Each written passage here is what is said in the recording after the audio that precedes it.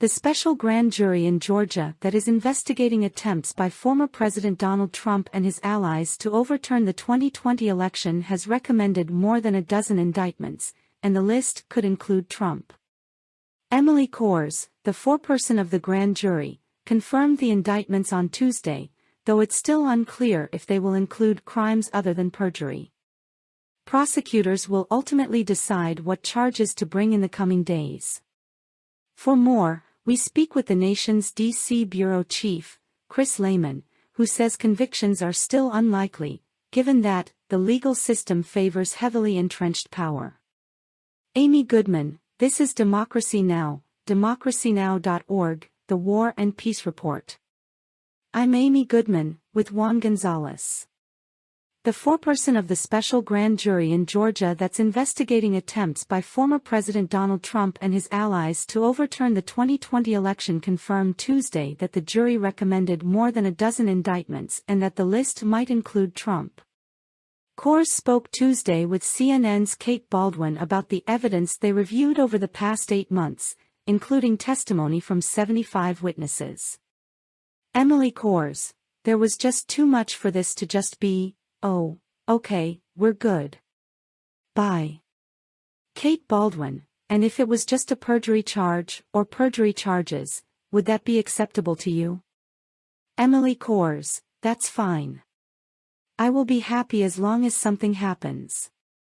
Amy Goodman, that was the Georgia grand jury foreperson Emily Kohrs. Among the evidence the grand jury likely reviewed was a recording of Trump in January 2021 threatening Georgia's Republican Secretary of State Brad Raffensperger to overturn Biden's victory in the state.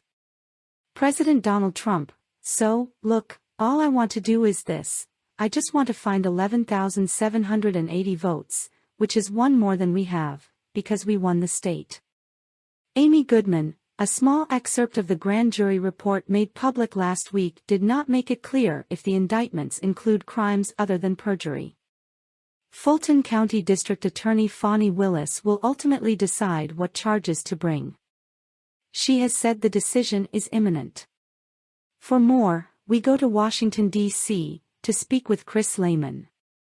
He's D.C. bureau chief for the nation, following this. He wrote a piece, "Trump's legal team is in hot water." So, talk about the significance of this grand jury forewoman speaking out and what that says about the whole grand jury investigation. Lehmann, well, Amy, it's, the investigation is still very much a work in progress, and it's important to note that this grand jury was a special grand jury convened only to make recommendations to District Attorney Willis. And so, there's been a lot of chatter about what it means that this foreperson is talking so candidly about potential perjury charges, but the district attorney herself is the person who is going to make that call. And in that event, she will convene another grand jury to formally proffer potential indictments. So, it's still very early to be speculating a great deal, and it's also really important to keep in mind the broader background here. Trump has faced investigations and potential indictments in New York. He's obviously been impeached twice.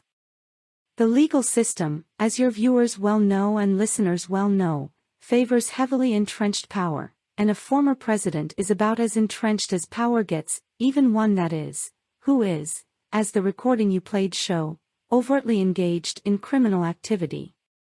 Juan Gonzalez, and from your coverage of this situation, who, especially in the Trump orbit or his legal team, would be likely most exposed to potential indictments?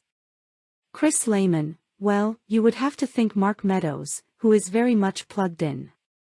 If you read the January 6 report on the interaction at the Capitol, Meadows is closely conferring with Trump every stage of the way.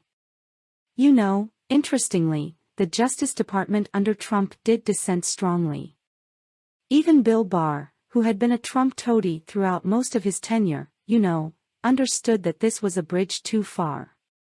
So, I guess Trump's personal lawyer could face some exposure, but they've been very careful in all these proceedings both to protect the president and to limit their own exposure to potential prosecution.